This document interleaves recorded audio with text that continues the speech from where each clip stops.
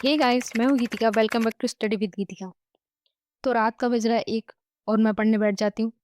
आज का टॉपिक है ताल। तो अभी मुझे ताल के जो ठेके नहीं आते हैं, मैं उसको सोच रही हूँ पूरा कंप्लीट कर लूँ। तो मैं सारी तालों को ढूँढने लग जाती हूँ। मेरे पास ताल परिचय भाग 1, ताल परिचय भाग 2, राग परिचय भाग 1, 2, 3, 4 ये सभी बुक्स हैं। तो मुझे लग रहा है कि जो ताल मुझे बिल्कुल नहीं आती, वो मैं सब देख-देख के उतार ले रही हूँ और जो मुझे आती है उसको रिवाइज़ कर ले रही हूँ। तो आप लोगों की प्रैक्टिस कैसी चल रही है? आप मुझे कमेंट में बता सकते हैं। फिलहाल अभी मेरे काफ़ी टॉपिक छूटे हुए हैं।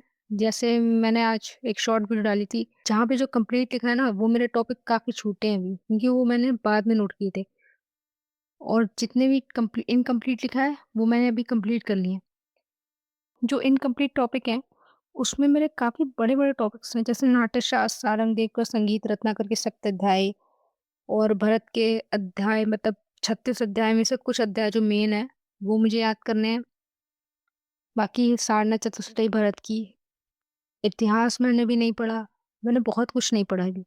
तो मैं कोशिश कर रही हूँ जैसे-जैसे जो-जो हो पा रहा है, मैं इधर से भी थोड़ा-थोड़ा करके पढ़ रही हूँ। देखो 15 क्वेश्चन आने हैं, मुझे मुझे पता है कि इतना ज़्यादा क्वेश्चन्स नहीं आएँगे, आपको पता है।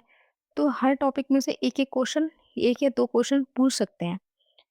इतिहास से 1 क्वेश्चन ज़रूर आएगा, नाट्यशास्त्र, सारंगदेव, राग क्वेश्चन, मतलब जितने मेन-मेन टॉपिक्स हैं उनमें से 1-1 क्वेश्चन ज़रूर बनेगा। अगर मैं एक भी टॉपिक छोड़ दूँगी, तो मुझे ये डर रहेगा कि यार अगर इसमें से क्वेश्चन बन जाता है, तो मैं वहाँ क्या लिखूँगी, जब मुझे उसके बारे में कुछ पता ही नहीं होगा। प्रबंध को परिभाषित कर सूत्र प्रबंधों के नाम लिखिए।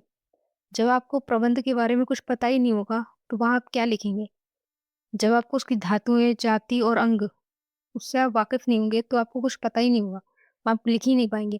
एटलीस्ट आप हर टॉपिक को ऐसे देख लो कि इसमें है क्या, वो कहना क्या चाहता है। जिससे कि अगर वहाँ पे कोई क्वेश्चन ऐसा भी आता है कि जो आपसे नहीं हो पा रहा है, मतलब आपको पता है कि इसके अंदर है क्या, मतलब उसकी परिभाषा क्या है। तो आप वहाँ बना के लिख सकते हो, अगर आप याद नहीं भी करते हो तो भी लिख सकते हो। बस लैंग्वेज आपकी एकदम शास्त्री के हिसाब से होनी चाहिए, जैसे हमारी वोकल में चलती है, वैसे ही आपको शुद्ध लैंग्वेज लिखनी होगी। लिखनी नहीं होगी मतलब अगर आप जैसे आप गायन पढ़ते हो, तो गायन में जैसे लैंग्वेज लिखते हैं, मतलब ग्रंथों में पाई जाती है, उस तरह से लिखते हो, तो वो एक अच्छा, मतलब अच्छा असर छोड़ती है एग्ज़ामिनर पर। एग्ज़ामिनर में आप पढ़ेगा तो जब आपके शब्दों में भारी वज़न महसूस होगा ना, तो वहीं समझ जाएगा हाँ, इसका जो लिखा हुआ है, वो एकदम परफेक्ट है। तो कोशिश करो कि अच्छा लिखो और उतना लिखो जितना मेन हो। एक ने क्वेश्चन पूछा था कि नाट्यशास्त्र में इतना सारा है, बट लिखने को तो थोड़ा-सा आएगा, जगह तो मतलब पेज तो एक ही मिलेगा ना, पेज 1 भी 1 या आधा भी मिल सकता है। उसका आंसर ये होगा, आपसे जितना पूछा है उतना पॉइंट टू पॉइंट लिखो। अगर नाट्यशास्त्र में आपसे पूछा है कि नाट्यशास्त्र का संक्षिप्त उल्लेख करो, तो आपको उसके बारे में लिख के उसके जो मेन-मेन अध्याय हैं उनको लिखना होगा। फिर अगर आपसे पूछता है भरत के बारे में समझाओ या फिर भरत का संगीत में योगदान बताओ, तब भी आपको ये सब लिखना होगा। भरत का समय लिखोगे, भरत ने क्या-क्या किया, वो भी थोड़ा-थोड़ा लिखना होगा।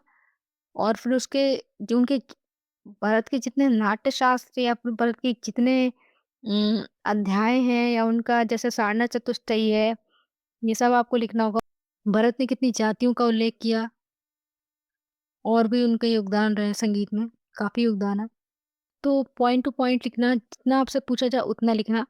और परिभाषिक उल्लेख, जैसे परिभाषा है हमारी मींड़, गमक, घसीट, ये सब आप अच्छे से तैयार करना, क्योंकि एक परिभाषा का जो वहाँ अलग मेंशन है कि परिभाषा आपकी आएँगी। मान लो आपको 5 परिभाषा दे देगा एक क्वेश्चन में, कहेगा आप इन 5 परिभाषाओं को उल्लेखित करो। तो ये आपका इतना ईज़ी क्वेश्चन होगा ना, आपको बस 5 परिभाषा लिखनी है, 2-2 लाइन में आप लिख देना, आपका हो जाएगा। और एक कर्नाटक हिंदुस्तानी संगीत के जो स्वर हैं उनकी तुलनात्मक अध्ययन कर लेना। सा को क्या कहते हैं वहाँ, रे को क्या कहते हैं, कोमल रे को क्या कहते हैं? अगर नहीं आता तो कमेंट करना, ये भी करा दूँगी। ये ज़्यादा बड़ा टॉपिक नहीं है। मैं एक-एक करके सारी ताल लिख लेती हूँ, जिससे कि मुझे याद रहेगा कि मैंने ये सारी ताल लिखी थी। जब पेपर होगा ना, तो पेपर के 1-2 दिन पहले वो नोटबुक उठाना जिसमें आपने रिवीज़न किया होगा। एक तो रिवीज़न करो रफ पे, बट एक अच्छे से याद करके उसको समझ के लिखो। मतलब याद करके लिखो, जैसे आपको पेपर में याद करके लिखना होगा, कॉपी में मत देखो। कॉपी बंद करके एक पेयर कॉपी में उसको अच्छे से उतारो। जब आपका पेपर होगा उसके 2-3 दिन पहले या 1 दिन पहले भी अगर आप वो पूरा रिवाइज़ कर लोगे, तो आपको वहाँ याद आ जाएगा कि मैंने ये पढ़ा था।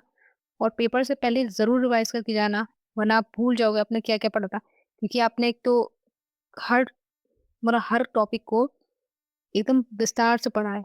ये तो नहीं कि ऑप्शंस वहाँ पे टिक लगाना है तो मैंने एक-एक लाइन या फिर मुख्य-मुख्य पॉइंट पढ़ लिए हैं तो हो जाता है। वैसे नहीं पढ़ा है तो आप भूलने की संभावना ज़्यादा रहेगी, क्योंकि मैं भी भूल रही हूँ। तो मैं तो यही सोच रही हूँ कि मैंने जितना अपना नोट मतलब मैंने जो भी फेयर रिवाइज़ किया है, उसको मैं 2 दिन पहले देख लूँगी। बाकी मैं वहाँ क्या करूँगी मुझे भी नहीं पता है। मैंने पढ़ा तो सब कुछ है, लेकिन जो होगा देखा जाएगा, वहीं पता चलेगा कि मैं और आप क्या करते हैं। तो जो मुझे तालें नहीं आती हैं, सबसे ज़्यादा मुझे ब्रह्म और लक्ष्मी ताल का लग रहा है, क्योंकि वो एक तो बड़ी ताल है और उसके वैसे बोल इतने टफ नहीं है। उनको याद करना थोड़ा-सा टफ लग रहा है, क्योंकि इनमें एक में 18 मात्रा, एक में 28 मात्रा है। तो सबसे पहले मैं उन्हीं को ले रही हूँ। उनको इतने दिन लगातार लगाना है। अगर मैं डेली भी इन तालों को लगाऊँगी तब भी हो जाएगा। मुझे आड़-कुआड़, बेआड़ का कोई डर नहीं है। मुझे दुगुन-तिगुन, चौगुन का भी डर नहीं है। सबसे ज़्यादा मुझे डर है तो राग के परिचय का है, क्योंकि वो मुझे मैं उन्हें भूल रही हूँ। मैंने दरबारी, बागेश्री और रामकली की नोटेशन एकदम पक्की कर ली है। अभी मुझे अड़ाना और दरबारी का तुलनात्मक अध्ययन करना है। बाकी मुझे मारवा, सोहनी, पूरिया का तुलनात्मक अध्ययन करना है। अभी मुझे बहुत कुछ करना है, मुझे खुद नहीं पता मुझे क्या-क्या करना है। मैंने लिख लिया पूरा। आपको और कुछ पूछना हो तो कमेंट करना, और वीडियो अच्छी लगी तो प्लीज़ लाइक, शेयर, कमेंट करना। आप लोग सब्सक्राइब नहीं करते हो, तो मैं तो यही कहूँगी कि अगर आपको मेरी वीडियो अच्छी लगती हैं और चैनल पे नए हो तो प्लीज़ सब्सक्राइब करके जाना। Wait for next update.